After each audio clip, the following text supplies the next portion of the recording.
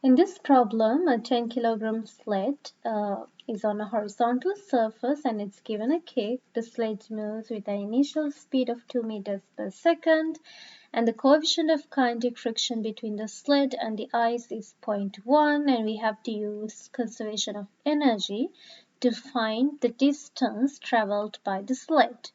And the sled comes to a rest at the end. That means final speed is 0. So let's start by visualizing the problem. I'm going to label the initial state and final state.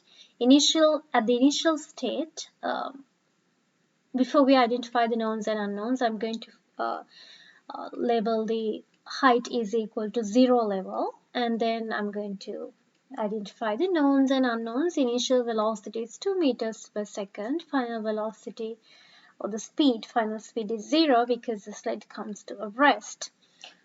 I wanted to emphasize on the speed because in the kinetic energy equation we have speed, right? And we are going to calculate the distance traveled by the sled. And the coefficient of kinetic friction is 0.1. There's a relative motion between the sled and the ice, so it's a kinetic friction, and mass of the sled is 10 kilograms. And now I'm going to draw a free body diagram for the sled, and in the free body diagram I'm going to show all the forces acting on the sled, and just keep in your mind you give a kick. So initially you apply a force, and then when the sled is in motion there is no applied force to the right, so weight is directly downwards, and then you have the normal force directly upwards because the ice is pushing on the sled up, and then the kinetic friction opposes the motion. It is to the left. The sled is moving to the right and there's no applied force, and I'm going to draw the work diagram. And in the work diagram, so remember we have two conservative forces in this course. We talk about the force of gravity and then spring force.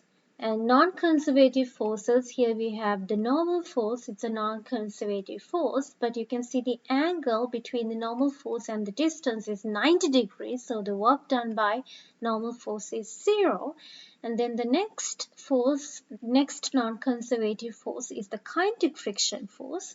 Kinetic friction opposes the motion. The object is moving to the right, so the displacement vector is to the right. The angle between the kinetic friction and the displacement is 180 degrees. So that was the two work diagrams, one for the normal force, the other one for the kinetic friction. And applicable concepts, we are going to use conservation of energy to solve for the distance traveled by the sled. And coordinate system is specified. We have right as positive, up as positive, and then we're trying to solve for D, and unit is meters, and it's just a scalar quantity, so we don't have to worry about the sign. And then let's plan the solution. So first we have to identify the equations we are going to use. So we are going to use the conservation of energy equation. Initial kinetic energy plus initial potential energy plus work done by non-conservative forces is equal to final kinetic energy plus final potential energy. And let's see which terms are going to be 0. Potential energy initial and finally 0 because the sled is moving at height is equal to 0 level. And kinetic energy initial is not 0, plus work non-conservative is equal to kinetic energy final. So I'm going to leave it as it is, and then let's move on to the next equation. The next one we're going to use is the equation for the work non-conservative. Work non-conservative is equal to magnitude of the force. In this case, we have the magnitude of the kinetic friction force magnitude of the displacement, and then the angle between the force and the displacement is 180 degrees, cosine 180. Work done by normal force is 0 because the angle is 90 degrees, so I'm not going to worry about it. And then we need the kinetic friction force is equal to coefficient of kinetic friction force times the normal force. And we need to solve for the normal force. For that, we are going to use the component form of the Newton's second law. Net force, summation of the forces in y direction is equal to mass times acceleration in y direction. So let's execute this plan. It looks like a lot of equations, but it's really simple. So net force in y direction is equal to mass times acceleration in y direction. And acceleration in y direction is 0 because the sled is not moving in the vertical plane. It's just moving in the horizontal plane. So in y direction, we have normal force, positive, weight is negative. Normal force is simply equal to weight. Mass is 10 kilograms. Mass times 9.8. Mass is 10 kilograms times 9.8 meters per second squared. And we know 1 Newton is equal to 1 kilogram meters per second squared. So normal force is simply equal to 98 newtons, right?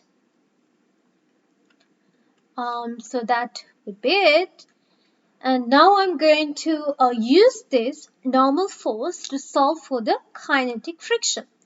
Kinetic friction force is equal to coefficient of kinetic friction times the normal force. Coefficient of kinetic friction is 0.1 and the normal force is 98 newtons. 0.1 times 98 newtons, 9.8 newtons is the kinetic friction, it's the magnitude of the kinetic friction. Now let's see the next step. I'm going to use the conservation of energy equation. We know that potential energy is 0 because the object is moving at h is equal to 0 level. Potential energy is mgh. Height is 0, so that's 0.